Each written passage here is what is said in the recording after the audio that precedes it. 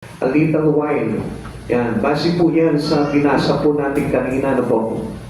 Okay, a little while. Encouragement for suffering people. This text is, sabi dito, this text is to encourage and give strength people who have faith in the Lord and suffered from their faith in Christ.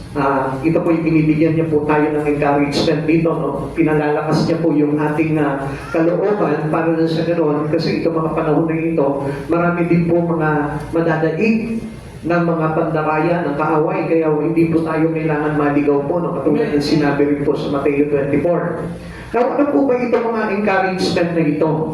Natatandaan po natin na pinapaalala sa ating Panginoon yung mga bagay na ginawa natin bilang mga naglingkod sa Panginoon. They have been persecuted. Tayo po yung mga inusig. Katulad din po ng mga apostol po ng araw, nakita niyo po kung paano po sila inusig at sila po ay nanindigan doon sa mga bagay na kanilang ipinaglalaban at tinatayuan sa ating Panginoong Jesucristo. Sabi po ng Hebreo chapter 10 verse 32, alalahanin ninyo ang araw na nagdaan kung paanong kayo'y nagtiis ng matinding hirap matapos na kayo'y maliwanagan, ngunit hindi kayo nagpadaig. Yun po yung napakagandang bagay po doon, na hindi po tayo nagpapadaig doon sa tukso ng kaaway sa buhay po natin. Kasi yun lamang po yan sa mga gagawin po ng kaaway para sa ganun madaya po tayo at tuluyan po tayo mawala sa Panginoon. Marami po pa pamaraan ng kaaway. During this last day, talagang gagawin ng kaaway talaga, gagawin ni Satan talaga, gagawin talaga ng Antikristo na tayo po ay talagang mailayo niya sa ating pananampalataya. Amen. At huwag naman po paintulutan po ng Panginoon po yun sa bawat isa po sa atin.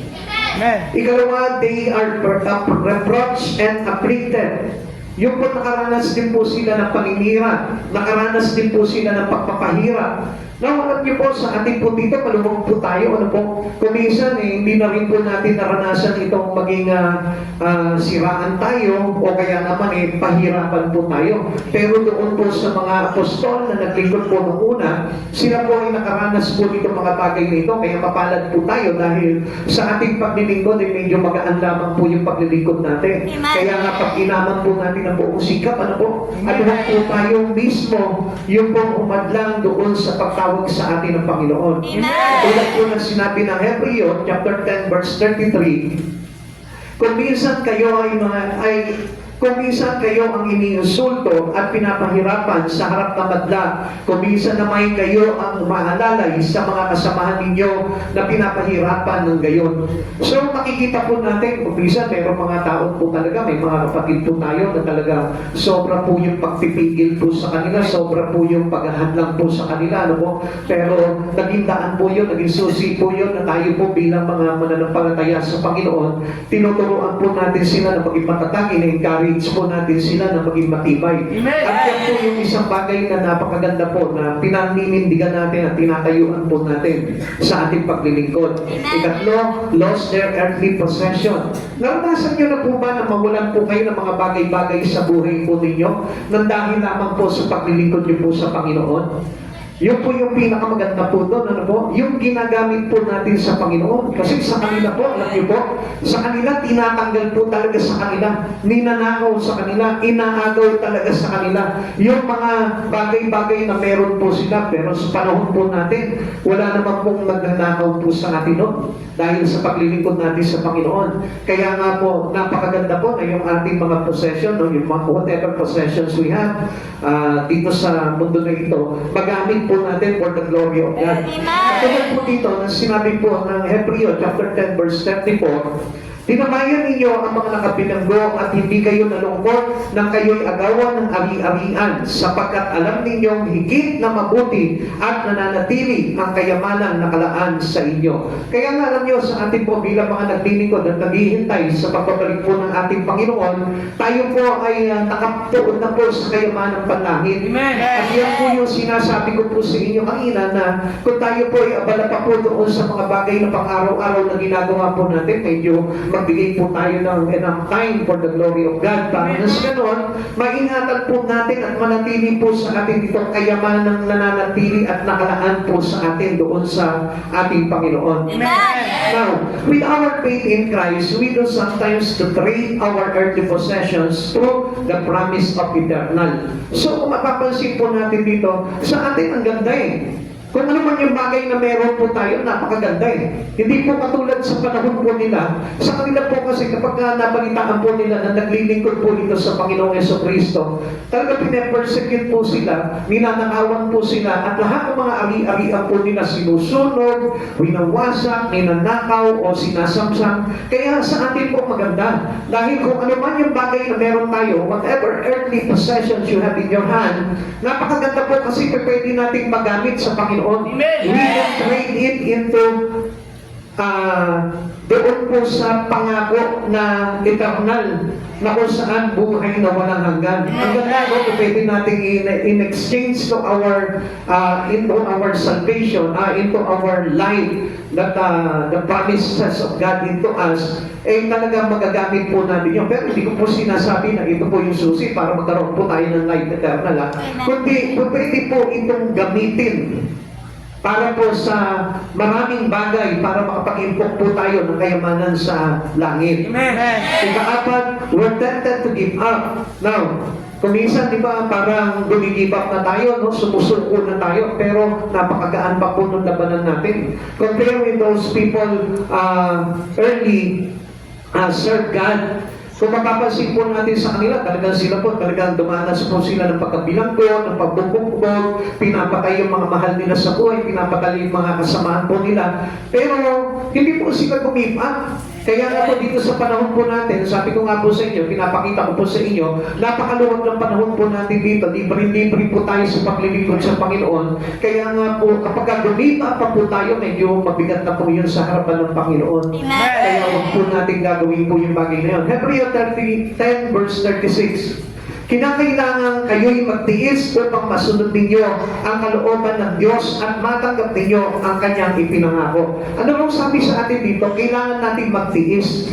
Kaya nga mga kapatid sa Panginoon, paano tayo makakapagtiis kung hindi tayo nagbibigay ng buhay sa Panginoon? Paano natin magagawang magtiis kung tayo po mismo ay malayo sa Panginoon? Alam niyo po yung isang pagsisimba lamang po natin kung araw po ng Sunday o kung araw ng Miyerkules, hindi po pagtitiis po ang tawag po niyan. Ang pagtitiis mo talaga, yung talagang dumaranas ka talaga ng mabibigat na pagsubok sa buhay at inilalaban mo yung katayuan mo bilang mananampalataya kay Jesucristo.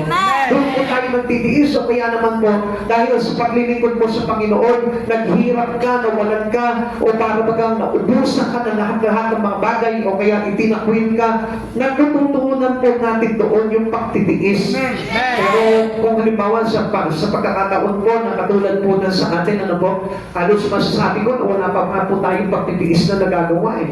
Dahil maluwag na maluwag, talagang sabihin po natin na talagang open tayo sa lahat ng bagay. Pagka gusto mong magsimba, pwede ka magsimba. Pagka ayaw mo rin, di ba? Kung mapapansin po natin, wala po talaga yung pagtitiis na sinasabi sa atin ng Panginoon dito. Dahil kailangan po natin talaga masunod yung kalooban ng Panginoon. Kaya inaatasan din po tayo, tinuturuan tayo ng Panginoon na tayo po mismo ay magkaroon po ng pagtitiis. Now, good news, sabi po dito, good news, someone is coming in a little while. Ang pinakamaganda po dito, ito yung magandang balita po dito, ano po, na malapit na po talagang dumating ng Panginoon. Amen. At yung pag-asa po na yun, nandoon, yung pangako ng Diyos, na sa kanyang pagbabalik tayo'y kukunin po ng Panginoon. Tayo po lahat ay isasama ng Panginoon. Kaya na paano kung hindi ka naghihintay sa pagbabalik ng Panginoon, maisama ka kaya? Yun po yung question po dito. Paano kung halimbawa, wala kang interest sa Panginoon? Napakaliit ang interest mo pagdating sa mga bagay sa Panginoon. Pagdating kaya ng Panginoon dito, maging good news kaya para sa iyo. Kaya nga po marami po mga Kristiyano, still they are having fear. Sa mga bagay na nababalitaan po nila na nagaganap na malapit na po talaga dumating ang Panginoon, alam niyo kung bakit po sila natatakot? Dahil hindi po talaga nakahanda yung kanilang espiritu at alam po nila na talaga nakababad pa po yung buhay po nila sa mga bagay na makasanlibutan. Kaya nga sabi ko nga po sa inyo, sabi po sa atin ng Biblia, ituon po natin yung ating paningin sa mga bagay na makalangit. Yung po yung kailangan ginagawa na po natin, ano po? At hindi na po yung mga bagay na makalupa. Good news, someone is coming in a little while. May mga tanong po dito. At ang unang tanong po dito, who is this one who will come? Sino po ba itong darating na ito? Baka mamaya akala nyo po artista, ano po? Baka mamaya akala nyo Koreano. Pero ang darating po dito, alam na po natin po yan, yung ating tagapagligtas na ating Panginoong Jesucristo. Sabi dito, He shall not come. Sabi po dito, at ang darating ay darating, sabi po dito. Sabi po ng Hebreo chapter 10 verse 27, sapagkat kaunting panahon na lamang, hindi na magtatagal at ang darating ay darating na.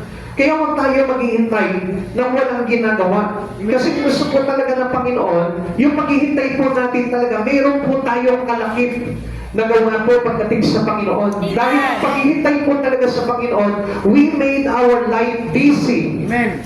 In doing things spiritually. Kasi po yung talagang kailangan. Sabi kasi sa atin ng Panginoon na kailangan tayo'y marat ng may ginagawa. Kasi kung wala po tayong ginagawa, ibig sabihin nun, we are not waiting for the coming of Christ. Kaya nga po tayo naghahanda eh. Kaya po tayo aware doon sa mga nagaganap kasi naghihintay tayo. And one things we do sa ating paghihintay, tayo po ay gumagawa na ng mga bagay sa ikalilinis at ikababanal ng ating buhay. Kaya nga sabi ko nga po sa inyo, ang sabi po sa atin ng Biblia, we cannot see God without holiness. Amen. So kung hindi po talaga natin makikita ang Diyos na walang kabanalan. Kaya nga, paano tayo magkakaroon ng kabanalan kung ang mga bagay na ginagawa pa rin po natin ay nakabase pa rin po sa mga bagay na panlupa. Kaya nga sabi po sa atin ni Pablo, ituon po natin ang ating paningin sa mga bagay na makalangit. So, mga kapatid sa Panginoon, ang paghahanda po talaga, dahil tayo po ay naghihintay dito sa darating na ito, kailangan po na nakahanda yung espiritu natin. Kailangan, kumbaga, parang ini-empake mo na yung mga bagay na dapat mong dalhin pagdating po doon sa kaharian ng Diyos. At alam naman po natin kung ano-ano po yung mga bagay na kailangan natin dalhin. Ano po? Ano po yun? Yung kabanalan. Ano po yun? Yung katuwiran. Yung pagiging matuwid. Ano pa po yung mga bagay na dapat natin dalhin po doon? Yung mga bagay na ginagawa natin pagpupuri sa Panginoon. At yun po yung mga bagay na sinasabi ko po sa inyo, na kung wala po yung mga bagay na yun, ay hindi po talaga tayo mararat na ng Panginoon dito para salubungin at para tayo ay mailigtas. Kaya mga kapatid sa Panginoon, sabi nga po sa atin ng Panginoon, be like a wise virgin. Sabi nga po, di ba, sa Mateo 25, meron po limang dalagang matatalino na kung saan talagang hinanda nila yung sarili nila, pinurpil talaga nila yung kanilang mga dadalhin at alam po nila na sa pagdating ng Panginoon ay talagang kailangan nandun talaga sila. So what do I mean here? Ano po ba yung ibig sabihin ng Panginoon po dito? Na kailangan po na matulad po tayo doon sa limang dalagang matatalino na kung saan nakahanda po sila at mayroon po silang extra sisidlan para sa langis ng kanilang ilawan. Amen. Kapatid, alam niyo po ba kung ano po ang ibig sabihin po dito? Na ang ibig sabihin po dito na dapat po very attentive na po tayo sa mga bagay na nagaganap ngayon. Amen. At hindi na po dapat tayo nakatuon sa mga bagay na panlupa. Sapagkat alam niyo po ba sa isang kisang mata o sa isang saglit, ang Diyos ay darating at kapag tayo po ay naabutan ng walang ginagawa at hindi nakahanda, maaari po tayo maiwanan katulad po ng limang dalagang hangal. Amen. Kaya i-active po natin yung espiritu natin. Dapat ituon natin yung ating pananaw sa ating Panginoon. Ituon natin yung espiritu natin sa mga bagay para maparangalan ng todo ang Panginoon. At nang sa ganon, tayo po mismo ay makalakad tayo sa matuwid na pamumuhay. Para pag nakita po natin na nandiyan na po ang Panginoon, ito po ang ating Panginoon Jesucristo ay darating, tayo po ay nakahanda at hindi tayo matatakot na baka tayo maiwan. Amen. Jesus is coming. Tingnan niyo po Mga kapatid sa Panginoon, itong pagbabalik po ng Panginoon na ito, pinapakita po dito, sino ba ito talagang babalik na ito? Sino itong darating na ito? Baka mamaya, siyempre, sinasabi mo, siyempre, si Jesus Christ yun. Tinatanong pa yung pastor. Yes, gusto ko ng Panginoon dito na ipakita sa iyo kung sino itong darating na ito. Amen. Alam niyo kung sino po itong darating na ito? The one who died and rose again. He knows about being persecuted. He knows about persecution. Now, ilan lamang po ito sa mga bagay na ito. Ngayon, tignan niyo po kanina sinabi sa atin na kailangan tayo habang tayo po ay naghihintay sa buhay na ito, ay matuto tayo magtiis upang masunod natin ang kalooban ng Diyos. Alam niyo po ba, si Jesus Christ po mismo ay ginawa niya itong pagtitiis na ito habang sumusunod siya sa kalooban ng kanyang Ama. Amen. Alam niyo, para po tayo mapapilang din po dito sa pagliligtas ng Panginoon, pagdating po ng ating Panginoon, kailangan tayo rin po maranasan natin itong mga bagay na ito. The one who died and rose again. Yung tayo po ay mabanay doon sa mga bagay na makalupa, sa mga bagay na makasanlibutan. Kailangan we must die our life into the earthly things. At ano pa po yun? Yung tayo po ay maging maranasan natin about persecution, yung usigin tayo dahil sa paglilingkod sa Panginoon. Alam niyo, ito napakaliit po ng porsyento na tayo yung uusigin po dito sa ating ginagawa po dito sa Panginoon dahil alam naman po natin that we are open in Christianity. Kaya nga nakita niyo, maluwag na maluwag po tayo dyan na nakakapagpahayag ng salita ng Diyos. Kaya nga, napakaliit na dyan sa kung hindi pa po tayo gagawa, paano pa po natin mararanasan itong bagay nito. He knows about persecution. Alam niyo mga kapatid sa Panginoon, kung si Jesus po mismo, inihanda niya yung sarili niya para mailigtas tayo, tayo din po mismo. Kailangan sa pagbabalik nitong ating Panginoon na ito, ihandangin po natin yung sarili natin. At alam po natin dapat na sa sarili po natin mismo, tayo po ay kaisa sa mga bagay na ginawa ng ating Panginoon na ito. Si Jesus na darating, alam niyo po ba, dinanas niya itong mga bagay na ito. Kaya tayo po bilang naghihintay sa Panginoon, kailangan man lang kahit na konting pagtitiis man lamang sa buhay na ito ay maranasan natin bago dumating ang Panginoon. Kaya nga kung minsan makikita natin ano pa rin po ba yung ginagawa ng mga Kristiyano? They are always busy in doing in their daily living or kanilang mga pang-araw-araw na ginagawa. Nandun pa rin po nakatuon yung kanilang pamumuhay. Gusto ko malaman mo, kapatid sa Panginoon, kapag dumating ang Panginoon at ganun ang sistema ng buhay mo, ganun pa rin po yung pamumuhay mo, medyo delikado po talaga yan. Amen. Sapagkat ang gusto po talaga ng Panginoon, pagdating ng Panginoon, yung alagad niya na iniwanan niya doon sa ganong kalagayan ay madatnan niya ng ganong kalagayan. Alam niyo, noong mga panahon na bago po yung ascending Christ, yung po pagpalig po ni Jesus, inayos niya po muna yung kanyang mga alagad na kung saan doon sa doubt, doon sa parang panlalamig nitong mga alagad niya, inayos niya po muna yan. Ano pong ginawa ni Jesus po doon? Nagpakilala po muli si Jesus po doon kila Peter, kila Thomas, kila Felipe. Nagpakilala po ulit siya doon. At ipinaliwanag niya po muli, bago po siya umakyat sa langit, pinaliwanag niya na kailangan na manatili tayong buhay doon sa ating pananampalataya sa Panginoon. Amen. Para na sa ganon, kung ano yung iniwan niya, kailangan mas higit pa doon yung bunga na babalikan niya.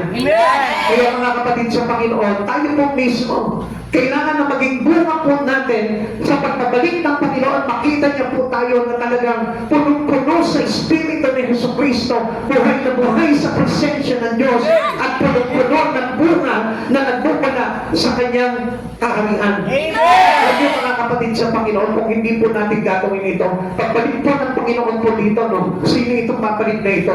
Itong Diyos na nag-expect na babalikan niya po dito sa putong ito yung kanyang totoong mga alagad. Amen. Paano kung halimbawa pinandabigan ka na? Paano kung halimbawa nakita ng Diyos na parang nananablay na yung espiritu mo? Pagbabalik niya dito, hindi tayo makikilala ng Diyos. Dahil ang gusto talaga ng Lord na ito, ikaw na iniwanan niya dito, kailangan pagbabalik ng Panginoon dito, ikaw rin po yung buhay na buhay at mas higit pa palago sa ating Panginoon.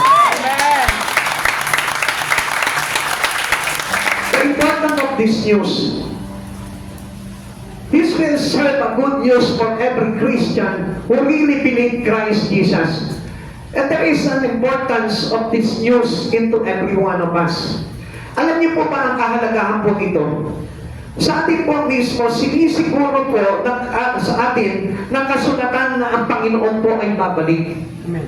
Alam po natin po yan po. Wala po, kumbaga pagdududa po niya, walang doubt po yan. At ito po, ipapatunayan ko rin po sa inyo kung gaano po kahalaga po itong mabuting balita na ito, ng good news na ito, na sinasabi po sa atin ng pagbabalik ng ating Panginoon. Tignan niyo po ito. The Bible contains thousands of references to the second coming of Jesus, with some sources citing over 1,800 and others over 2,400. Ang dami. So, ibig sabihin po nito, pag nagbintis po itong mga nabanggit na ito, nitong mga tao na ito na kung saan nagpapahayag ng second coming of Christ na nakasaad po sa Biblia po ito. Dito po nakasaad to, hindi po ito yung mga naririnig natin sa paligid lamang po natin. Amen. Ito po 1,800 na ito and the others over 2,400. Sila po yun nandito. Amen. Okay, titignan pa po natin. The topic is a major theme throughout both the Old Testament and the New Testament. Ibig sabihin, nakapaloob po ito doon po sa Old and New Testament. Nakasulat po yan. With verses about His return found in the vast majority of the New Testament book and a significant number of New Testament chapter.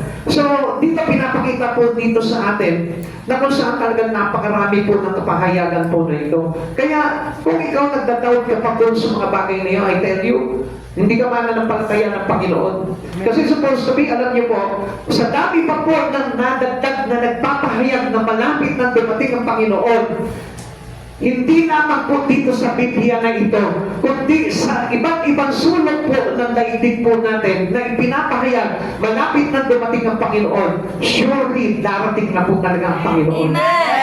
Kaya nga yung paghahanda po, napakahalaga po niyan eh. Kasabi po dito, sino ba itong darating na ito?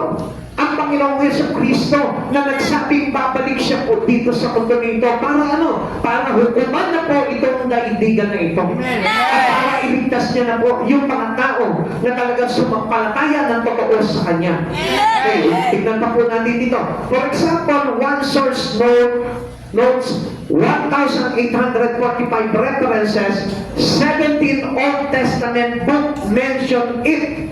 So sa Old Testament, medyo minimal lang po, 17 na nagsasabi po doon, ilan po yung Old Testament? Yung Old Testament is 39. Tama po ba? Tama po ba? Amen. 39 books sa Old Testament. Tapos sa New Testament, sabi po dito, and 23 of the 27 New Testament book refers to it. So, doon naman po sa New Testament talagang sansara na po talaga eh. Tinoto na po talaga yung pagpapahayag nila na babalik po talaga ang Panginoon. So, ibig sabihin, no doubt. Pero ang tanong po dito mga kapatid sa Panginoon, we are under New Testament. At sinabi po dito, almost 23 books out of 27 books na talagang nagpapatotoo po talaga na babalik ang Panginoon. Pero ang tanong dito, bakit maraming Kristiyano nagdadoubt pa rin? Bakit maraming Kristiyano hindi pa rin nagtitiwala na darating ang Panginoon? Kasi alam niyo, kung talagang totoo naniniwala ang isang tao, ang isang mananampalataya ni Kristo na malapit na dumating ang Panginoon, disin sana aligagana po sila sa paghahanda. Disin sana nandun na po yung excited po sila na makaharap nila ang Panginoon. Amen. Alam niyo po ba yung isang tao na kung saan excited na po makita niya yung mahal niya sa buhay na 20 years na nasa abroad. And first time niya po na makakatagpo dito muli sa Pilipinas. Amen. Alam niyo po ba yung excitement nun? Baka hindi na po makatulog yun. Baka 1 week hindi natutulog yun dahil iniisip niya ano kaya yung mga bagay na mangyayari. Ang saya siguro na makita ko siya muli. Masaya siguro yung magkaroon ulit ng reunited with them. Amen? Amen. Ganun po ba yung nararamdaman natin? O bahala ka dyan, umuwi ka. Basta pag nandiyan ka na, sige, bigay mo sa akin yung pasalubong mo. Alam niyo, minsan ganun po yung karamihan ng mga Kristiyano. Naghihintay po sila sa Panginoon, pero bahala ka dyan, pag nandiyan ka na, Lord, dalhin mo na lang ako, isama mo na lang ako. Pero alam niyo, hindi po talaga dapat ganun eh. If you really believe in God, if you really believe in the second coming of God, dapat masaya-masaya ka na ngayon. At dapat po talaga ang buhay mo ay talagang tinututok mo na ng todo sa mga bagay para sa ating Panginoon Kristo. Ito rin po natin, tingnan niyo po yan ha.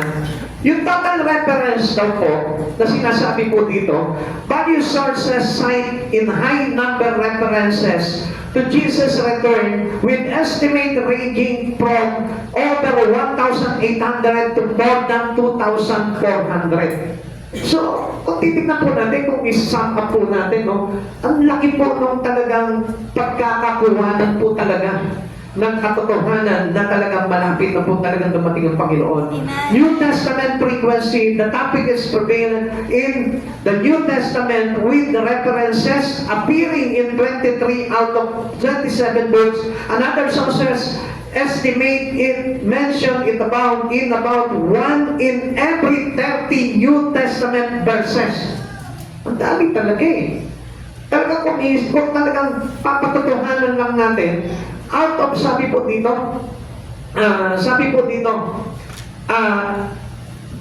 it's mentioned in about 1 in every 30 New Testament verses.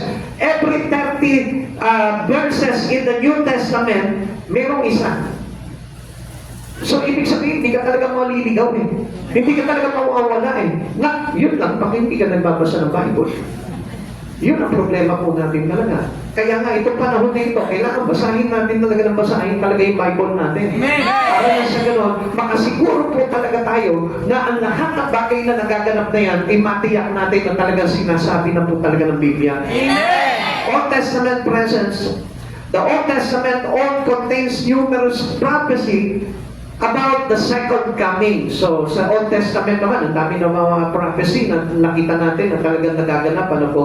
So, ibig sabihin po niyan, sabi nga po, pagka yung mga propeta po nung araw, pag nag-prophesy po sila, talagang accurate po talaga. Unlike po doon sa mga prophecy po ngayon, sa panahon po natin, alos kumisa talaga nagmimitis, o ibig sabihin po noon, false prophecy po yun. Hindi po yun yung talagang totoong prophecy yan. So, what is written on the Bible, yun po yung talagang pinakakaabangan natin. Amen. At ngayon, pinapatunayan po dito sa dami po talaga ng mga references na inilalahad po sa atin dito sa Biblia, ay talagang matitiyak po natin na talagang malapit na po talagang dumating ang Panginoon. Amen. In Jesus' own words, in the books of Revelation, Jesus is quoted as saying, I am coming soon. Si Jesus na po mismo nagsabi po niyan multiple times, and the angel says, these things must soon take place. So, pati mga anghel po na talagang ipinahayag po talaga na ito pong ating Panginoon ay talagang babalik po talaga yan. Okay, tingnan po natin yung promises po nito ha. Sino po ba yung nangako sa atin na ang Diyos na ito, si ating Panginoong Jesucristo ay babalik? Promises by Jesus, angels, and the apostles. So wala na po tayo kumbaga para pagdududahan dyan. So tiyak na po natin si Jesus na po mismo, yung kanyang mga anghel at yung kanyang mga apostol na nagsabi po dito. Tignan po natin. Jesus, the angels, and the apostles promised the return of Christ, which will be a visible global event with triumphant return on the clouds of heaven. Jesus prophesied this, and after His ascension, tingnan nyo, nagpahayag po nyo, di ba, bago nga umakyat po ito si Jesus sa langit, ano mo, nagpahayag doon sa mga alagad niya po, ito pong dalawang anghel na nakatayo po doon. Sabi po dito, two angels confirmed to His disciple that He would return in the same way He had left. Kung saan po itong si Jesus na pumalik, ay siya rin po babalik. Amen? Amen! So, hindi naman po siguro sinungaling ang mga anghel. Basta ano na po si Jesus, ano po? Amen. God is not a lying God. Amen. So, tiyak na po yun. At ito na nga po, tayo po ito parang kinukumbinsi na po ng Panginoon, kinukondisyon na po ng Panginoon yung Espiritu po natin, yung kondisyon po ng ating relasyon sa Panginoon, talaga kinukondisyon na po ng Lord po na mabuti po yan para na sa ganun, pagbabalik po ng Panginoon, ay talagang hindi po tayo sasala po talaga na maililigtas ng ating Panginoon. Amen. The apostles then taught and wrote about these promises, describing the second coming as a glorious event that will include the sound of the trumpet and the gathering of believers. Isa na po dito si Pablo, no, na nagsabi po talaga na sa isang kisap mata, babalik po ang ating Panginoon. At alam niyo mga kapatid sa Panginoon, kapag narinig mo talaga itong mga bagay nito, itong mga pinapahayag na ito na sinabi po ng mga apostol, ng mga anghel at ng Panginoong Jesucristo, ikaw po mismo, maaalala mo yung bagay nito, o nga pala, ito nga pala yung pangako sa atin ng Panginoong Jesucristo. Ito nga po pala yung pinangako sa atin ng mga anghel at pinangako ng mga apostol. Ngayon, ito na nagaganap na. Ito na nga po siguro, na manapit po talaga. At ano pong gagawin mo ngayon? We need to prepare for the coming of God. Amen. Kaya alam niyo mga kapatid sa Panginoon, huwag niyo pong sayangin yung pagkakataon na ito. Alam niyo, this is the day na kung saan dapat po talaga yung buhay natin ay inilalaan na po natin sa pagbabalik ng ating Panginoon. Amen. Hindi natin sinasayang dapat yung araw, yung panahon, sa mga bagay lamang po na makaluma, kundi yung mga bagay na makalangit na po yung ginagawa po natin. Kapatid, isa pong malaking pagsisisi kapag hindi po natin nagawa yan because we are already a believers to Christ. Nakalilig na po tayo ng mga aral. Nasaksihan na po natin yung mga bagay na kaganapan. At alam niyo po mga kapatid sa Panginoon, kung tayo po talaga mananampalataya ng Panginoon, nakikita mo na po yung mga bagay na sign na nangyayari po sa mundo po natin. At yun po yung malaking basihan po natin na talagang ang Panginoon Jesucristo ay babalik na. Pagdating na po ang Panginoon. Kaya nga po, kung papansinin lamang po natin, one truth that given to us by the sign that reveals in the Bible, nakita niyo po ba yung nangyayari po ngayon sa Cebu? Amen. Na kung saan, pagkatapos po ng malakas na lindol, ngayon naman po, pinaha naman po sila. At hindi lamang po simpleng baha po ito. Ngayon, kung ikaw mismo, nakatira ka doon sa Cebu, doon sa lugar ng Talisay, ano pong gagawin mo? Makakapagtrabaho ka pa kaya? Makakapasok ka pa kaya sa eskwelahan? Magagawa mo pa po kayo maglinis ng bahay? Magpaganda ng bahay? Kapatid sa Panginoon, you just open your eyes spiritually para makita mo itong mga bagay na ito na mapalad tayo mga dikot sa mga taret, mapalad tayo mga tagapagkasinan sapagkat hindi tayo ang unang nadaanan nitong mga bagay na ito. What do I mean here? Ibig ko po sabihin po, tayo po'y malaking chance natin na makapag-prepare po tayo. Kaya alam nyo, mga kapatid sa Panginoon, I invite you into a prayer walk. I invite you into street preaching. I invite you to pray. Para lang sa ganon, hindi natin sabitin dito kapag tayo'y nagpakumbaba sa Panginoon at nakita ng Lord na ang mga taga-pangatarim ay nagpapakumbaba. I tell you, pagdating ng Panginoon, makakasama po tayo ng maluwalhati sa pagbabalik po ng Lord. Alam niyo, spend time to God. You not waste your time spending into your personal things that you do. Amen. Dapat halimbawa itong mga panahon na ito, makisama ka na doon sa mga mananampalataya na kung saan nag-aabang talaga sa pagkakataon na ito ng pagdating ng Panginoon. Alam niyo, ang pinaka-the best po talagang gawin po natin dito, magsama-sama po tayo, mag-prayer rally po tayo dito sa plaza, dito sa paligid po ng mga tarim. Spend your life spiritually. Ipakita mo sa Panginoon na, Lord, I will waiting for your coming. Naghihintay ako, Panginoon, dahil gusto ko mapabilang ako sa mga ililigtas mo pagbabalik mo. Amen. Yun po yung nananampalataya na malapit na kung dumating ang Panginoon. Pero kung wala kang ginagawa, I tell you, medyo mahirap po talagang paniwalaan that you are believers to Christ Jesus. Nang tignan po natin yung doubt po ng mga tao. Even to pa sa mga tao na mananampalataya ng Panginoon. Ikalawa, why has He not yet come? Bakit hindi pa dumarating si Lord? Bakit hindi pa dumarating si Jesus? Ito po yung mga doubted people na kung saan walang pananampalataya sa Panginoon. At baka mamaya kasama pa po yung iba sa atin dito. Huwag naman po. Dahil yun po yung napakasaklap po doon. Na mananampalataya ka na ng Panginoon. Hindi ka pa nananampalataya, naniniwala na malapit na po talagang dumating ang Panginoon. Amen. Amen. Na baka mamaya may doubt ka pa rin na nakikinig ka doon sa ibang tao. Hindi naman dapat ganyan ang ginagawa. I tell you, this is the time that we need all of us as a Christian to be prepared and get ready. Amen. Alam niyo, ang hirap po ngayon. Na kapag wala ka talagang ginawa, ang hirap po talaga makasiguro. Amen. Dahil alam niyo po ba, kapag yung espiritu mo talaga ay nagre-response sa malapit na pagbabalik ng Panginoon, ang ibig sabihin yon, ang laki ng chance na maligtas ka. Amen. Pero kapag wala kang ginagawa, you are a hopeless Christian. Yes, bakit ko po sinasabi po itong bagay na ito? Kasi ang ibig sabihin yung doubted ka pa sa mga kaganapan. Amen. Which is, this sign is already revealed in the Bible. Sinabi na po ng Biblia po yan. At alam niyo po ba sa Israel naman mo, itatatag na po yung third temple. At kapag naitayo na yung third temple na yun, at naihandog na po yung red heifer na yun, ano po mangyayari? Magpapakilala na ang Antikristo. Eh, paano po tayo kung halimbawa hindi tayo nakahanda? Gusto mo po ba na ma-experience mo pa ito pong Antichrist na ito na magpapahirap pa po dito sa mundo na ito?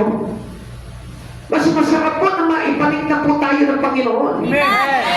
Napakaliit na po nung panahon na yun dahil ang igli na naman po at malapit na po na talagang itatag yung bagay na yun.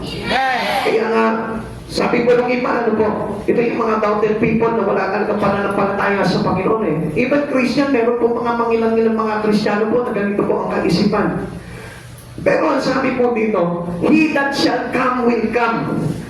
Hindi po natin sinabi po sa 10:37, sapagkat kaunting panahon na lamang, hindi na magtatagal. Ang sabi dito, hindi na magtatagal at ang darating ay darating na. Amen. Kapag parang tinitiinan na po sa atin ito bilang mananampalataya ng Panginoon, kaya lang, bakit po parang wala tayong ginagawa?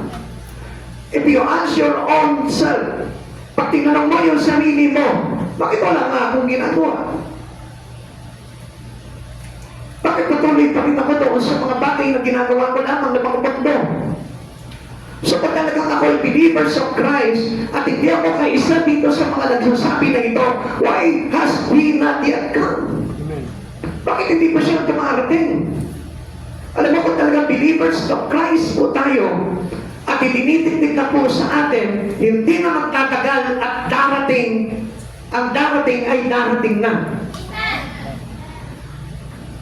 Kung sa atin po mismo, bilang believers of Christ, alam niyo, pag narinig niyo po ito, salita na ito, ikaw mismo ma-alarma ka na po. Kailangan tanggalin ko na ito, kailangan ayusin ko na ito, kailangan makapagsuot na ako ng puting kasuotan. Kailangan lahat ng mga mantya sa puting kasuotan ko na isinuot sa akin ng Panginoon. Kailangan malaban ko na yan. Amen. Sana ganun lang kadali, lalaban ko lang. Pero hindi eh. Kailangan talaga takayuhan mo yan. Amen. Kailangan talaga ipamumuhay mo yan. Amen. At paano kung wala kang ginagawa at biglang dumating ang Panginoon, paano na kaya? Kapatid sa Panginoon, huwag tayo masyadong mahumaling sa mga bagay na mga sanlibutan sapagkat hindi niyo po alam na ang kaaway, ang Antikristo, ay yan po talaga tayo nadayain. Amen. Diyan po talaga tayo sisilawin. Diyan tayo bubulagin. Para nang sa ganon, hindi po natin maituon yung ating panahon sa mga bagay sa Panginoon. Amen. Alam niyo, may kukwento lamang po sa inyo. Alam niyo po, ito po talaga masakit po talaga sa kalooban ko po ito. Dahil, isa ka sa kapatiran sa church na ito. Pero hindi mo nakita kung ano yung bagay na talagang tinuturo sa iyo ng Panginoon. Bakit ko po nasabi po ito? Sapagkat, minsan po kasi tayo, may kaugalian po tayo o meron po tayo pag-uugali na kung saan ipinipilis natin yung gusto lang natin. Ibig sabihin po nun, it is personal will.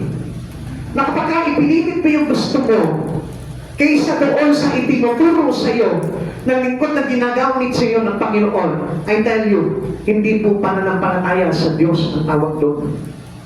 Hindi po believers of Christ Jesus po yung, kundi believers of self. Pastor, kahit na halimbawa lumipat lang po siya ng church at doon siya nagpagamit, tignan niyo po mabuti po yung bagay na yun. Kasi ang hindi po natin nangiintindihan, even the demons, ano sabi po dito, can pretend as an angel of light. Amen. Kaya nga, ikaw, kung totoo talagang mananampalataya ka ng Panginoon, dapat sana'y faithful ka sa church mo. Amen. Dapat sana faithful ka doon sa pinaglagyan sa'yo ng Panginoon. Because you are a church. This is only a building and you are a church. Amen. It's supposed to be. Kaya ka dinala ng Panginoon dito because you are a church. Pero hindi ka naging faithful sa sarili mo. Yun po yung kalabas-labasa mo doon. Bakit? Hindi ka naging faithful kasi doon sa kalooban ng Diyos eh. Pinis mo lang yung sarili mo para nang sa ganon, masunod mo yung kagustuhan mo lamang at hindi yung kagustuhan ng Lord. Come on, ang sabi sa atin ng Biblia, kailangan tayo'y magdanas ng pagtitiis upang masunod ang kalooban ng Diyos sa buhay mo. Kaya ngayon yung pinakikita sa atin ng Lord eh, na kahit nahihirapan ka, magtiis ka, na kahit nasasaktan ka, magtiis ka, kahit pinagpersigit ka, magtiis ka, kahit tinanakawan ka ng mga agi-arian mo, magtiis ka, dahil para masunod ang kalooban ng Diyos sa buhay mo. Amen. And you must know that. Kaya nga po, ang isang Kristiyano ay hindi magiging totoo mananampalataya ni Kristo because of his doubt. Doubted siya, ngayon yung pamamaraan ng Diyos sa kanya eh. At ipinipilit niya yung personal own will. Which is, alam natin na contradicted po ito into God's will. Amen. Kaya kung ipipilit mo nang ipipilit yung sarili mo, isa pa sa magsasabi nito, why has He not yet come? Bakit hindi pa dumarating ang Panginoon? Paano darating? Eh gusto nga ng Lord, maayos na lahat ang bilang ng kanyang mga ililigtas. Eh ikaw, what do I mean? Samantala marami pang mga Kristiyano na nalalaglag pa. Ang Diyos, hinihintay tayo na magbago eh. Hinihintay tayo na makabalik. Pero tignan niyo mga kapatid sa Panginoon, ikaw naman na nampalataya ni Kristo, lumalaglag pa. Ikaw naman na nampalataya ni Kristo, umaatras pa, tumatalikod pa, pinanlalamigan pa. Paano makakabalik ang Panginoon? Eh ayaw nga ng Diyos talaga na may mapahamak po talaga sa mga tao na talagang hinirang niya. Kapatid, hinirang ka ng Panginoon. Huwag mo sayangin yung bagay na yun. Dahil lang sa pandarayan ng kaaway sa buhay mo. Just focus. Amen. Focus tayo doon sa mga bagay na tinuturo sa atin ng Panginoon. At huwag kang madadaya ng ibang katuruan. Kaya nga po, kung nakita niyo po doon sa GC po natin, kaya nga pinakita ko po sa inyo yung talaga sound doctrines po talaga in Christ para na sa ganun hindi po tayo madaya ng kaaway. At kasama na rin po doon yung attitude po natin, yung pag-uugali natin pagdating sa harapan ng Diyos, yung ating katapatan pagdating sa Diyos, nandun na po yun, nakapaloob na po yun. Kung ipapaliwanag po natin yung mga nakasaad po doon, makikita niyo kung ano po talaga yung hinahanap ng kalooban ng Diyos para sa isang totoong pananampalataya. At yung kaya ako po ito, dinaanan po sa inyo dahil hindi lamang po itong mga tao na ito na walang pananampalataya sa Diyos, even Christian, because they are being deceived. Amen. Amen. Kasi talagang dadayain po talaga ang mga Kristiyano. Even the very elect will be deceived. Kaya nga, ano sabi po sa atin dito, kung alam na po natin na talagang hindi na magtatagal at darating na ang Panginoon, alam niyo tayo po mismo, i-prepare mo na yung sarili mo. Ang tanong po dito, how many Christians today preparing themselves into the coming of Christ Jesus? Ikaw na lang, halimbawa, sa sarili mo, paano ka nagpe-prepare? Lagi ka nasa bahay. Paano ka nagpe-prepare? Nagpe-pray ka lang mag-isa? Come on! Gusto ko po na maintindihan niyo ito pang bagay nito. At dito rin po nakasaad sa Hebreo chapter 10 verse 25. Ang sabi nito, at huwag kaligtaan ang pagdalo sa ating mga pagtitipon gaya ng ginawa ng ilan, kundi palakasin ang loob ng isa't isa, lalo na ngayong nakikita natin na lalapit na ang pagdating ng Panginoon. Amen. Prophetically, pinapakita po sa atin ito na kailangan po tayo ay laging sama-sama together in Christ. Amen. In doing things to glorify God. Amen. Kaya alam nyo, nakakatuwa nga po, every Friday, natutuwa po kami kasi magkakasama po tayo na itinataas natin, binabandero natin, isinisigaw natin na malapit na po dumating ang Panginoon. Amen. Bakit hindi mo itry? Para nga sa makita mo na talagang tayo ay talaga naghihintay talaga sa pagbabalik ng Panginoon at hindi tayo kaisa dito sa mga tao na ito na nagsasabing, why has He not yet come? Bakit hanggang ngayon hindi pa rin po siya dumarating? Malapit na po talaga dumating ang Panginoon. Kahit kada mag-open na lamang po ako sa Facebook, nakikita ko lahat, naririnig ko puro mga pahayagan talaga sa pagbabalik ng Panginoon. Reveals many will doubt His coming. Nire-repeat po niya dito po sa Biblia. Sa paano paraan? Many scoffers in the last days. Sabi po sa atin na 2 Peter chapter 3 verse 3. Una sa lahat, dapat ninyong malaman na sa mga huling araw ay pagtatawanan kayo ng mga taong namumuhay ayon sa sarili nila. Pagnanasa. Tingnan niyo ang din sa Panginoon. Kaya ko sinasabi sa inyo, why don't you try to be with us? Lumalakad kami dyan, nag-street preaching kami. Kasi na-experience namin itong mga scoffers na ito. They continually scoffing those people who proclaim that Jesus will coming back. Pinagtatawanan ka. Minsan na, aabutin na lang po yung mga flyers at ang gagawin sa iyo. Tatabikin pa yung kamay mo. At sasabihin sa iyo, pamumukha talaga sa iyo. Why? Kasi kailangan natin maranasan ito. If you are a believers of God, huwag na mong hindi maranasan, i-reject ka dahil kay Kristo. Hello, how many Christians will be rejected because of His service to God? Dahil sa kanyang katapatan, dahil sa kanyang pananampalataya, kailan ka ni-reject? Alam nyo, kung ikaw Kristiyano ka at hindi mo pa naranasan na ma-reject ng tao dahil sa iyong pananampalataya sa Panginoon, it is doubtful. Amen. Bakit? Baka mamaya hindi nararamdaman sa iyo si Kristo. Dahil on the last thing, the scoffer will come. Marami po yung mga scoffers na yan. Kaya nga mga kapatid sa Panginoon, ang hindi talaga nananampalataya sa Panginoon, baka they become one of them. Magiging scoffers pa po sila sa mga kapatiran. Sila pa po yung manunguya. Huwag ka maniniwala dyan. Kapatid sa Panginoon, do not doubt this event. Dahil ito yung pinakamahalagang event na kailangan ng pagawa natin. Kaya nga ako, lagi ko po sinasabi sa inyo huwag lang Sunday. Even Wednesday, mag-church kayo. Huwag isang araw lang. Huwag isang bagyo. Huwag isang araw lang. Huwag napakaliit lang ng ibibigay mo sa Panginoon. Kasi gusto talaga ng Lord, maranasan mo talaga yung God's will At alam niyo po ba, ito mga pagtitiis na ito, doon tayo makakaranas ng God's will. Amen. Amen. Amen. Kaya nga kailangan masunod po talaga yung malooban ng Diyos At masusunod lamang po yung kapag tayo nagtitiis. Minsan magtiis ka na hindi ka pumasok sa eskwelahan. Magtiis ka na hindi pumasok sa trabaho mo. Magtiis ka na hindi mo asikasuhin lang yung sarili mo. Kundi asikasuhin mo yung mga espiritu na inilagay sa ng Panginoon. Amen. Patawa kayo. Kasi akala nyo, binibira ko lang yung mga bagay na ginagawa nyo. Kasi gusto ko po talaga na maging prepared po tayo. Amen. At kung ako gusto ko yung bagay na yun, what more ang ating Panginoon? Hindi kaya gusto ng Panginoon na maging ready na po tayo, maging prepared na po tayo para makabalik na po ang Panginoon. Bible reasons why Christ has not yet come. Pakita po muna natin ano po. Para na sa ganun, baka mamaya meron pa rin po tayong doubt po. Meron pa sa atin po dito. Okay, una, God appointed hour has not yet arrived. Hindi pa talaga saktong panahon. Amen.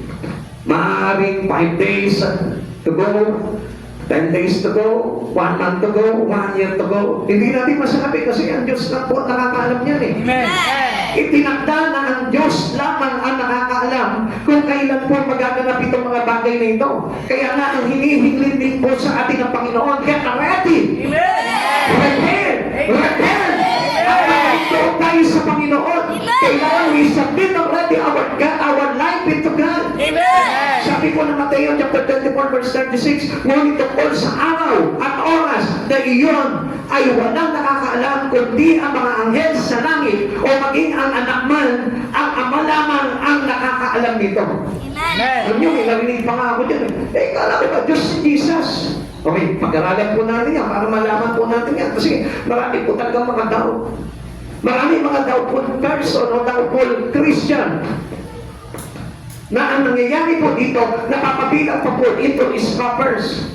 Kasi tatanungin nila bakit si Jesus yung anak Bakit hindi niya alam yan? Okay, tingnan po natin. Mateo chapter 24 verse 36 is a verse where Jesus states that no one knows the day or hour of His second coming. Not even the angels in heaven, nor the Son, but the Father only. Bakit po kaya? Sino ba ito si Jesus? Tingnan po natin ano po. This is explained by the doctrines of incarnation, where Jesus as both fully God and fully human. So sa madaling salita, nung ipinapahayag niya ito, nasa katauhan siya. Amen? Kaya nga, yung isa sa mga ating doktrina is about incarnations of Christ. Tama ba? Baka mamaya, nawawala tayo doon sa sound of doctrine. Yung incarnation of Christ na sinasabi po dito, that He is God become human.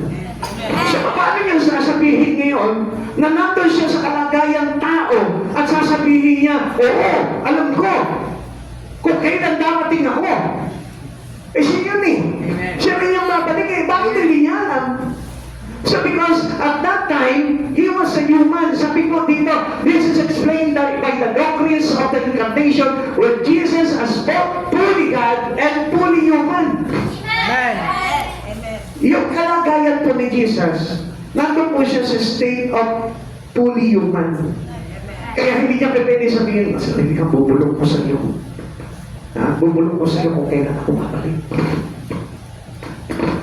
So if you are believers to God, maniniwala ka na ang Diyos mismo, alam niya yan, kaya lang nandun siya sa katauhan. Amen. Amen. Tuloy natin. Voluntarily set aside the use of some divine attributes. So, ibig sabihin po nito, yung banal na katangian po ng Diyos po dito. So, siguro, hindi naman po marites si Jesus, ano po? Mamaya, sasabihin ko na lang sa iyo, pag wala na sila, ano po?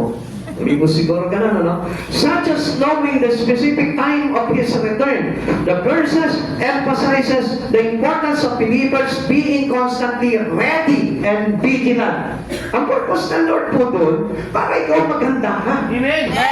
Para sa ganon, pag alam mo bukas ang darating ng Panginoon, sinabi niya, bukas ako darating, siyempre, mamaya gabi na ako maghahanda. So, it is false. Amen. Pretending lamang po yung pagkaganon. This verse emphasizes the importance of believers being constantly ready and vigilant, as the exact timing is a mystery. Wala po nakakaalam po talaga. Known only to God the Father. Amen. So kaya nga, anong dapat natin gagawin ngayon? Prepare our life. Amen. Spend many times in our Father. Amen. Yung kaya nga po, kailangan na idikit na po natin yung buhay natin sa Ama para na sa ganun. Siya yung magre-reveal sa atin. Halimbawa, tomorrow, narating na po ang Panginoon, mararamdaman na po ng Espiritu mo yun. What the Spirit you have here is what we connect to. Ibig sabihin, kung ang Espiritu mo ay yung Espiritu ng ating Panginoon, ibig sabihin po yan, kukonekta po yan. Pag malapit na dumating yung Panginoon, mararamdaman mo na yan. Amen. Amen.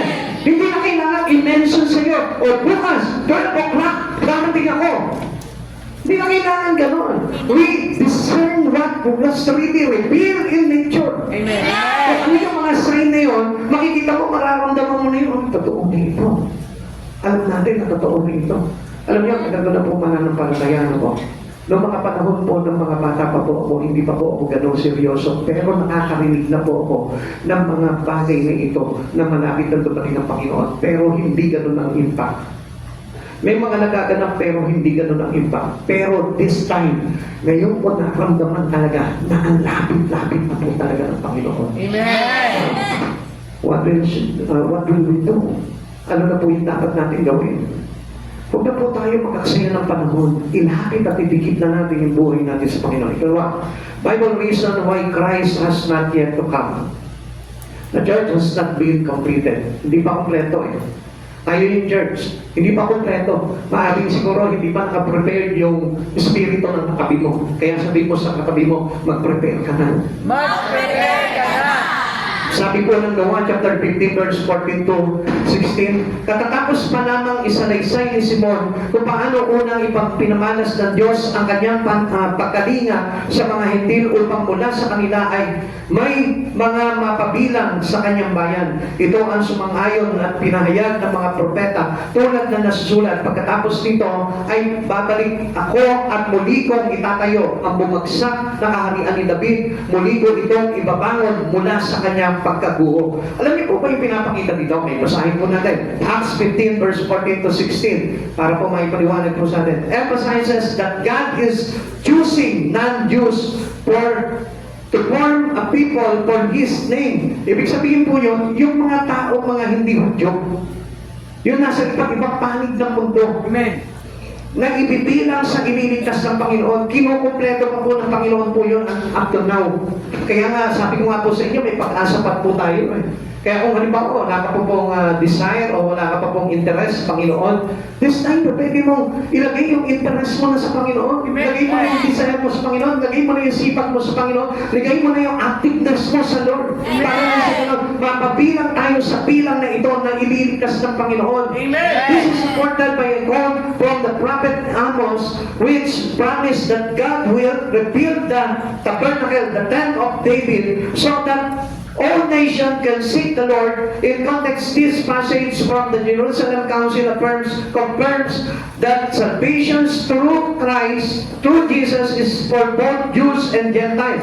Not just Jews, and does not require Gentiles to be circumcised or follow the full Jewish law. Alam niyo po kasi dati pinagtatalunan po nito. Ito po si Pablo po, tsaka itong si Bernabe, noong time po na iyon. Pumapunta po sila sa isang lugar na kung saan nagpapahayag po sila, inaway po sila ng mga taga doon kasi ang pagpapahayag po nitong si Pablo na kabilang na po ang mga Hentil at hindi na po kailangan tuliin, i-circumcise dahil wala na po tayo sa ilalim po ng sumpa ng kautusan. Ano po?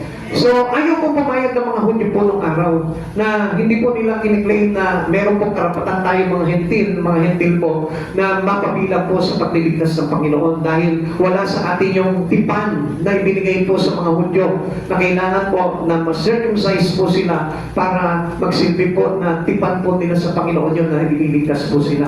So, yun po yung kumbaga parang malis po sila doon at doon naman po nakasama po naman nila po dito sila sila Simon Pedro. At doon po na pinaliwanag po dito mga alagad na ito na kung saan na sila po mismo na experience po nila na talagang sinabi po ng Panginoon, katulad po si Peter, ano po, di ba, ipinahayag po kay Pedro po, kay Simon Pedro, na kung saan lahat ng bagay ay nilinis na ng Panginoon. So, ang ibig sabihin po nito, hindi lamang po sa mga Hudyo, kundi maging sa mga Grego, sa mga Hentil, sa mga Romano, binigay na po ng Panginoon ang kaligtasan. Kaya inihahanda pa yung bilang ng mga ililigtas pa po ng Panginoon, kaya hindi pa po bumabalik ang Panginoon. Okay, another thing, Bible reasons why Christ has not yet to come, kung bakit hindi pa po dumarating ang Panginoon. God's long suffering is not exhausted. Hindi po nauubos yan. Kung ikaw naiinip ka, nawawala ka na ng pananampalataya sa Diyos dahil hanggang ngayon nagdadoubt ka, bakit hindi pa dumarating ang Panginoon? Ang Diyos hindi. Dahil ang Diyos talagang tinitigis niya pa po yung kanyang poon sa mga taong hindi sumasampalataya sa Kanya para mailigtas pa po ito. Amen. Amen. Kaya nga napakabuti ng Panginoon. 2 Peter chapter 3 verse 8 to 11. Mga minamahal, huwag ninyong kalilimutan na sa Panginoon ang isang araw ay tulad ng 1,000 taon at ang 1,000 taon ay tulad ng isang araw lamang. Ang Panginoon ay hindi nagpapabaya sa kanyang pangako gaya ng inaakala ng ilan. Sa halip, nagbibigay siya ng pagkakataon sa lahat sapagkat hindi niya nais na may mapahamak kundi ang lahat ay magpagsisi at tumalikod sa kasalanan. Bait ng Lord, no? Amen. Grabe ang Panginoon. Ikaw, iyong katabi mo ngayon. Yan ang dahilan kung bakit hindi pa bumabalik ang Panginoon. Amen. Kasi gusto pa ng Panginoon na makapagsisi tayo. Gusto pa ng Panginoon na hindi tayo, kumbaga, parang tumalikod sa Kanya at manumbalik tayo sa Kanya. Galing po talaga ng pag-ibig ng Diyos para sa atin. Kaya kapatid sa Panginoon, kung halimbawa itong panahon na ito, wala ka pa ng gana, mas parang hinahanap mo pa yung mga kalayawan ng sanputan, come on, magbago ka na. Amen. Change in you. Dapat baguhin na po natin yung buhay po natin sa Panginoon. Ihilig na po natin sa mga bagay sa Panginoon. Kung natutuwa ka pa makipag-rakrakan, natutuwa ka pa na gumawa ng mga bagay na makasanlibutan, I tell you, change! Bago ka na! Dahil ikaw na lamang yung hinihintay ng Panginoon. Since nakakilala ka na sa Diyos, tinanggap mo na si Yesu Cristo, baka mamaya ikaw yung isa sa hinihintay na lang ng Panginoon at babalik na ang Diyos. Hindi po ba napakabuti ng Diyos? Hinihintay niya, tinitiis niya talaga na hindi pa bumalik dahil gusto niya makabilang ka sa kanyang ililigtas. Baka mamaya yung simpleng may mga bagay lang tayong ginagawa na hindi natin namamalayan. Yung po pala yung pumipigil pa sa Panginoon kung bakit hindi pa po siya bumabalik. And praise God dahil until now, binibigyan pa po tayo ng pagkakataon ng Panginoon. Verse 10, ngunit sa araw ng Panginoon ay darating tulad ng isang magnanakaw sa araw na iyon. Ang kalimitan ay biglang mawawala kasabay ng isang malakas na ugong, matutupok ang araw, buwan at mga bituin. Ang mundo at ang lahat ng mga bagay na narito ay mawawala. Dahil ganito ang magiging wakas ng lahat ng bagay. Mamuhay kayo ng may kabananan at sikapin ninyo maging baka Diyos. Yan ang sinabi na ng Panginoon. Come on, ang liwanag na po ng sinabi ng Panginoon. At dahil ganito ang magiging wakas ng lahat ng bagay, mamuhay kayo ng may kabananan at sikapin ninyong maging maka-Diyos. Ano dapat mong gawin ngayon?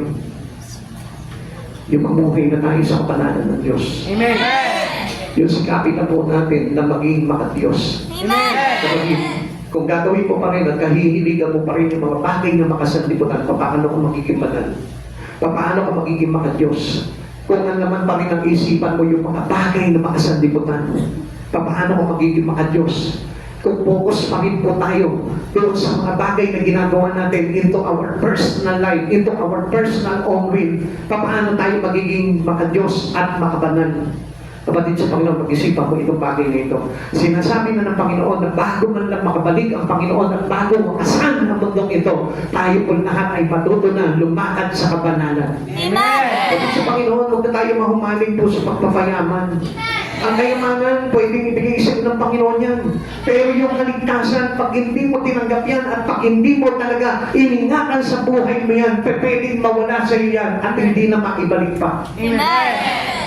Kaya nga, I suggest mga kapatid sa Panginoon, this is the right and perfect time for every believers to get involved in our life and commit into God. Amen.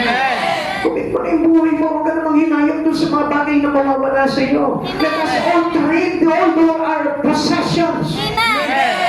Lahat ng mga nasa possession natin, trade na po natin sa mga bagay sa Panginoon. Amen. Yun po yung bagay na gusto mangyari sa atin na Kung minsan nga, tingnan nyo, araw ng linggo, kung minsan hindi tayo makasamba. Alam niyo kung bakit? Kasi iniisip pa rin po natin yung mga bagay sa personal natin Yung pamilya natin, yung kabuhayan natin, yung mga bagay na ginagawa po natin. Ayaw po natin tanggalin yun. Ibigay mo na yung linggo mo sa Panginoon. Dahil yun po talaga yung pinakapagtagpag-tipad po ng mga tao kay Jesus. Kapatid, alalahanin mo itong mga bagay na ito. Chances na po sa atin ng Lord to. Maliwanag na maliwanag pa po ito. Pag nilayan niya po yung bagay na yan. And last, when will He come? Kailan po ba talaga darating ang Panginoon? Ang sabi po sa atin ng Biblia, verse 37, in a little while. Sapagkat kaunting panahon na naman, kaunti. In a little while, kaunti na naman. Pag sinabing kaunti, mabilis na po ito. Amen. Date setters will always be wrong. Yung mga nagsasabi na sa November ganito, sa December ganito, it is false declaration. Huwag po kayo maniniwala doon. Baka mamaya hindi natin alam sa isang iglap lamang po dumating na ang Panginoon. Matthew chapter 24 verse 36, ngunit tungkol sa araw at oras na iyon ay wala nakakaalam, kahit ang mga anghel sa langit o maging ang anak man, ang Ama lamang ang nakakaalam nito. Kaya nga, alam nyo, ang mandaraya, lilituhin po talaga tayo. E paano kung hindi naka-aware, hindi naka-focus tayo sa ating Panginoong Jesucristo, di madadaya po tayo. Kaya nga, focus your mind Amen. into the things above. Amen. Kaya kapag na-focus po tayo sa mga bagay panlangit, hindi tayo madadaya ng kaaway. Amen. Dahil yung isipan po natin ay napupuno ng mga bagay kay Kristo. Amen. Ano kung halimbawa, ang laman ng isipan mo, yung mga alalahanin mo dito sa mundo na ito, at hindi ka na makapagbigay ng talagang tamang panahon pagdating sa Panginoon. Paano mo mailalagay yung buhay, yung espiritu mo kay Kristo? Kapatid sa Panginoon, I suggest, magbigay ka ng tamang panahon pagdating sa Panginoon. Huwag mong panghinayaan yung mawawala sa iyo. Ang ibig sabihin nun, pag may nawala sa iyo, pag meron na iwan sa iyo, o meron bagay na inalis sa iyo, ang ibig sabihin nun, trading. Divine trading ang ibig sabihin nun. Yung bagay na mawawala sa iyo, dahil sa paglapit mo sa Panginoon, ang kapalit nun, eternity. Amen. Buhay na walang hanggan. Ayaw ka ba nun? Maghihinayang ka ba nun? Yung isang kikitain mo lamang sa araw ng linggo, ang kapalit na nito, ano? Kaligtasan mo, buhay na walang hanggan. Ayaw mo pa ba naman nun? Kapatid sa Panginoon, wake up! Kaya nga, ang hirap ang paatin ng mga Kristiyano Ang gusto lang nila, Sunday. Yun lamang po yung araw sa kanila ng Diyos. Pero come on, tignan niyo po mabuti. Trading Christian. Kailangan maging trading Christian tayo. Ano pong ibig sabihin? Yung bagay na humahat lang sa iyo, para makalapit ka sa Panginoon, i-trade mo yung tanggalin mo yun. Amen? Amen? Kung hindi natin gagawin yun, ano mangyayari sa atin? Pagkatulad tayo ng rich young ruler, yung binatang mayaman na kung saan ano sabi sa kanya ng Panginoon. Hindi siya makapagbigay ng buhay sa Panginoon. So, ang sabi sa kanya ng Panginoon, isang bagay na lamang ang dapat mong gawin. Ipagpili mo lahat ng iyong ari-arian at lahat ng pinagbilan. Ipamigay mo sa mga tuka at sumunod ka sa akin. Ano nangyari? Hindi niya nagawa. Nalungkot siya, tumalikot siya sa Panginoon. Ikaw, magiging binatang mayaman ka rin ba? Magiging binatang mayaman ka rin ba na naging hangal dahil doon sa interest niya sa mga bagay lamang sa mundong ito? The rich young ruler perish. Napahamak po ito dahil sa pag-iingat niya lamang sa kayamanan dito sa mundong ito. Amen. Trade mo yan sa mga bagay sa Panginoon. I-trade mo yan sa buhay na walang hanggan. Huwag kang manghinayang yan dahil ang nakasalalay sa dyan. Kaya ikaw ay hindi makalapit sa Panginoon dahil sa bagay na yan at ang nakasalalay dyan, yung kaligtasan mo. Amen. But sabi po dito, okay, false prophet will be proven frauds. Ano po ibig sabihin po nito? Okay. Mandaraya po talaga ang kaaway. Dadayain tayo, lililangin po tayo. Dahil ang gusto niya po talaga mangyari ay hindi maipokus ang ating isipan sa mga bagay na ito na magaganap. Amen. Dahil ito yung pinakamagandang bagay na magaganap Kaya hindi mo napapansin, hirap na hirap po ang tao na mag-decide. Hirap na hirap ang tao na magdesisyon.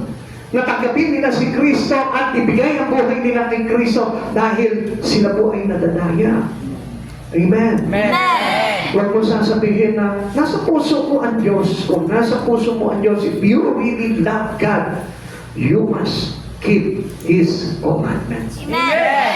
You will obey what is the given will of God into your life. Amen. Not your own will, but the will of God. Amen. Ibig sabihin, kapag hindi po nasunod sa buhay po natin, yung gusto mangyari sa iyo ng Panginoon, ang ibig sabihin yan, nadaya ka nito mga false prophet na ito. Kaya kung mapapansin nyo, ano po ba yung doktrina po ng ating Panginoong Jesucristo? Yung itinutulak sa kabanalan, yung itinutulak ka sa paglilingkod, sa sakripisyo sa Panginoon, yung itinutulak ka sa buhay na banal at matuwid. Amen. Hindi yung sinasabi sa'yo, okay na yan. It is false prophet. Hello? Amen. Bakit ka chapter 24, verse 24, sapagkat maglilitaw ng mga huwad na Kristo at mga huwad na propeta. Magpapakita sila ng mga kamanghamanghang himala at mga kababalaghan upang iligaw kung maaari maging ang mga hinirang ng Diyos. Tignan mo, sa oras na ito, baka mamaya nailigaw ka na. Baka mamaya kaya hindi mo maibigay-bigay yung buhay mo sa Panginoon, baka mamaya nailigaw ka na. Come on, medyo ibaba natin yung standard ng isipan po natin. Kasi sa sobrang mismong standard ng isipan natin, hindi na po natin talaga, kumbaga parang maipasakop sa kalooban ng Diyos yung buhay natin. Amen. Subukan mo minsan na ibaba mo yung buhay mo sa Panginoon. Gawin mo simple lamang yung buhay mo, katulad na sinasabi ni Jesus. John chapter 3, verse 20. He must increase and I must be decreased. Amen. Alam niyo kung minsan kaya hindi po natin makita talaga yung kalooban ng Lord. Kasi kung minsan, ang baba ng Panginoon sa buhay natin, tayo yung mataas. Dahil sa mga pangarap natin dito. Parang pinapantay natin si Jesus sa mga pangarap lang natin dito. No!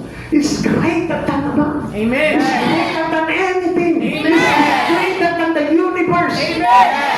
Kaya nga meron po na naniniwala na ang universe po ang Diyos eh. Come on, He's not the God of the universe. He is not the universe. He is more than that. Amen. Amen. Kaya minsan lang yun yung isipan po natin, kailangan pagkakunan po natin eh. But Christ will come right on time. Darating at darating ang Panginoon. Amen. Is coming sooner than you think. Kaya mga kapatid sa Panginoon, lagi natin tatanda, Mateo 24 verse 44. Kaya lagi kayong maging handa sapagkat darating ang anak ng tao sa oras na hindi ninyo inaasahan. So baka mamaya masyado na tayong abala. Baka mamaya masyado na tayo kumbaga parang nakakapati na sa sarili po natin. Baka bigla dumating ang Panginoon, napahamak tayo. It is stated that this is a perfect time for us all to settle everything that will prevent us to be with God when He is come. Tingnan natin kung ano yung pumipigil sa iyo. Tingnan mo sa oras dito. If you believe that Jesus will come, if you believe that soon He will come, if you believe that the coming of Jesus is very near, tingnan mo kung ano yung pumipigil sa iyo. Sabihin mo sa sarili mo, sa oras na ito, kulong mo sa sarili mo, ano ba yung pumipigil sa akin kung bakit hindi ko maibigay yung buhay ko sa Lord? Kung bakit hindi ko maiaraw-araw ang buhay ko sa Panginoon? Kung bakit limited yung panahon ko sa Lord? Kung bakit limited yung mga ginagawa ko sa Panginoon? Ano ba itong bagay na ito na pumipigil sa akin, umahat lang sa akin? Kapatid, you must decide. Before He come, you must decide. Uulitin ko, before He come, you must decide. Pag hindi ka nakapag-decide at dumating ng Panginoon, I will assure you, hindi tayo makakapil sa mga ibabalik niya. Kaya nga itong oras na ito, pag-isipan mo, ang dami mga speculation, pero speculation pa lang yan. Gamitin po natin yung mga speculation po na yan para maging chance po natin, opportunity para makapag-decide po tayo. Kapag gisay mga kapatid sa Panginoon, tanong mo yung sarili mo sa oras na ito. Ano ba yung bagay na humahad lang sa akin? Kung bakit napipigilan ako pagdating sa Panginoon? Kung ano yung bagay na yun, bitawan mo.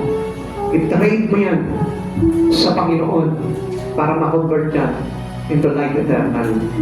Kung manghihinayang ka dyan, I tell you, mas higit na manghihinayang ka pagdating ng araw na bumalik ng Panginoon. Manghihinayang ka sa maliit na kita, pero hindi ka manghihinayang sa buhay na walang hanggan. Na binibigay na sa iyong opportunity para makapag-decide ka na at piliin mo itong bagay na ito. Kapatid, sa oras na ito, mag-isip ka na mabuti. Sayang ang pagkakataon na ito. Let us all be stand. If you are true believers to Christ Jesus, madali mo lamang po maisip ang bagay na yan. Madali mo lamang mapapag-desisyonan niyan. Alam niyo, parang ganito lamang po yan eh. Kapatid, makinig po kayo. Parang musika lamang po yan. Parang sayaw lamang po yan. Parang pagkain lamang po yan. Makinig po kayo. Yung dati nakakistan mo ng awitin, na kapag decide mo sa sarili mo, hindi ko na aawitin to. Aawitin ko na lamang yung mga awitin na nakakapagpuri sa ating Panginoon. Yung dating sayaw ng mga makamundo. Pag nag-decide ka at sinabi mo, hindi ko na sasayawin to. Sasayawin ko na lang yung mga sayaw na para mapapurihan ko ang Panginoon sa buhay ko. O kaya naman parang pagkain lamang po yan na makasasama sa iyong katawan na nag-decide ka para mapabuti yung kalusugan mo. Hindi ko na kakainin to. Ganun lamang po kasi po yan. It's about your decision. Ito yung panahon na kung saan pipiliin ko pa ba itong pagkita na ito kung ang kapalit nito'y kapahamakan ko. Yung isang araw na kikitain mo, kapalit ng life eternal mo. Mag-isip ka, kung worth ba itong kikitain mo, kung mapapahamak naman yung kaluluwa mo. Come on, mag-isip ka ngayon sa oras na ito, kapatid. Buksan mo yung espiritu mo pagdating sa Panginoon. If you are truly a believer to Christ Jesus, maiintindihan mo kung gaano kahalaga talaga si Yesu Cristo sa buhay mo. Tingnan mo mabuti, kapatid, sa Panginoon. Nagagawa kang ibigay sa araw-araw yung iyong kalakasan, yung iyong buhay sa mga bagay na ginagawa mo, sa trabaho mo, sa pag-aaral mo, sa pamilya mo.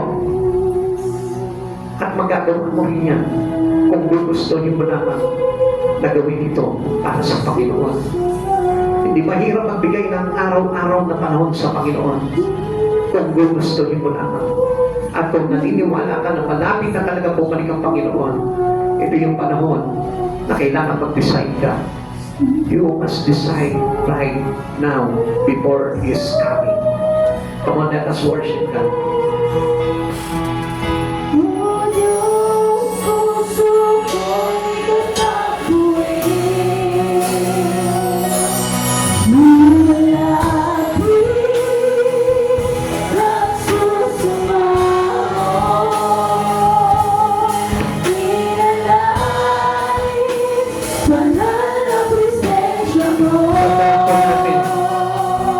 No one is accepted into His judgment. Lahat tayo haharap sa hukuman ng Panginoon. Kaya nga gandahan na po natin ang lakad at pamumuhay natin sa mundo ito. Bago pa dumating ng Panginoon, gandahan mo na yung pamumuhay mo. Papanalin mo na yung buhay mo. Talikuran mo na yung mga bagay na hindi nakalulugod sa Panginoon. Ayusin mo na yung iyong takbuhin. Ayusin mo na yung iyong takbo ng laman ng puso mo, yung laman ng isipan mo. Come on, people of God, make God important to you. Make God your priority.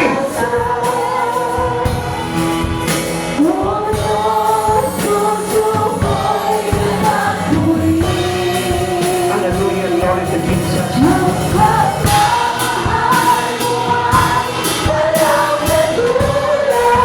Sabihin mo, talaga ang pagmamahal ng Diyos. Naglalaan para maligtas ka. Yun yung pagmamahal na kailangan din natin. Maglaan ka para sa Panginoon, para maligtas ka. Yan ang pagmamahal na kailangan. Ulitin mo. Hallelujah, glory to Jesus. Walang katulad.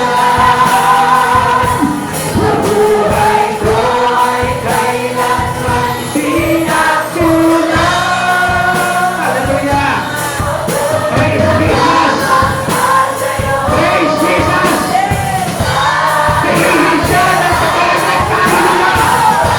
Pilihin siya ng pagkatao ka na ng kapatayan sa Diyos.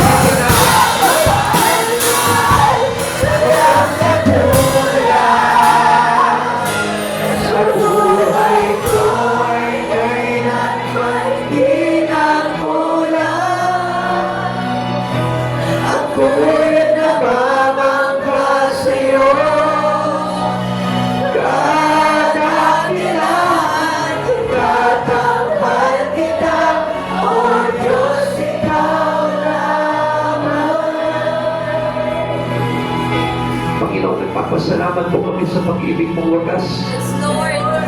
Sa unconditional love, Lord. Hanggang sa huling araw, na malapit ka na dumating, Panginoon. Ipiniprepare mo pa rin, Panginoon, ang iyong mga anak. Dahil sa pag-ibig mong wagas, Lord, at tapat kailanman hindi nagbabago. Patuloy mo po kami, Panginoon, pinapaalalahanan upang hindi po kami makahamak. Panginoon, nagpapasalamat po kami sa buhay nito, Lord. Especially, Panginoon, sa Espiritu mo na nagdalig sa amin, Panginoon, upang manampalataya kami sa iyo, O God. Noon pa man, Panginoon, ipinamalas mo sa amin sa iyong pagpapapako sa krus. Ikaw ay namatay inilibing at sa ikatlong araw na buhay na magbuli upang bigyan kami ganap ng pag-asa ng kaligtasan at mabuhay sa iyong piling pagdating ng araw. Panginoong Jesus, maraming salamat po, Lord. Itatakbo po sa aming puso at isipan ng mga bagay nito, Lord. Upang sa ganun, Panginoon, masigit ka naming pahalagahan kaysa sa anumang mga bagay na makasanlibutan, O God. Yes, Lord. Pagiging ka ng lahat, O Lord. Pagiging tapat kaming lahat sa iyo. Lord, Ikaw yung Diyos na mabigyan po namin ng karangalan sa buhay na ito, Lord. Upang sa pagbabalik mo, Panginoon, Lord, maisigaw namin na dumarating na ang hari ng mga hari at Panginoon ng aming mga kaluluwa. Panginoong Jesus, maraming salamat po, Lord. We are waiting for your coming, O Lord. And we hope, O Lord, and we pray the Lord, isasama mo po kami, ibibilang mo po kami, Panginoon, sa bilang ng iyong mga ililigtas, O God. Panginoon, huwag mo po kami kakalimutan. Huwag mo po kami pababayaan. At hayaan mo, Lord, na patuloy mo, Panginoon, na ibaba ang aming kalooban at maipasailalim po namin sa kalooban mo po ito, Lord. Maraming salamat po, Panginoon. Pagpalain mo po kami ng ganap na Espiritu mo, Panginoon, upang ang lahat ng bagay na hindi namin maunawaan pa, O Lord, ay lubos na namin maunawaan sa mga panahon na ito, O God.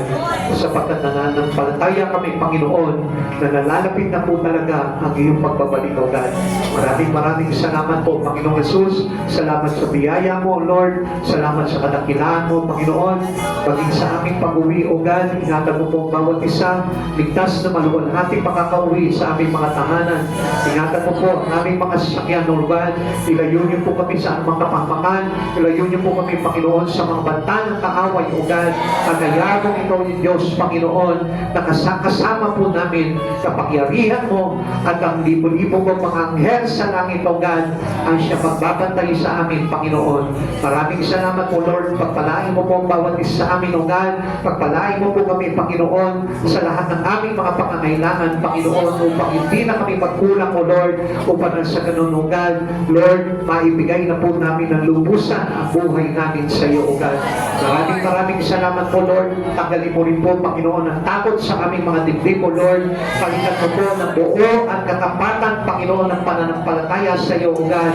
Upang sa ganun, Lord, ang lahat ng ito, Panginoon, ay asamin po namin sa pangalan mo, Panginoong Jesus, na nagkakaloob ng lahat ng bagay sa aming buhay, O God. Maraming salamat po, Panginoong Jesus. Salamat sa tagumpay ng gawain ito, O God. At sa iyo po muli namin ibinabalik ang lahat ng ito sa tanging pangalan mo po lamang in Jesus' name. Amen and amen. God bless po sa lahat.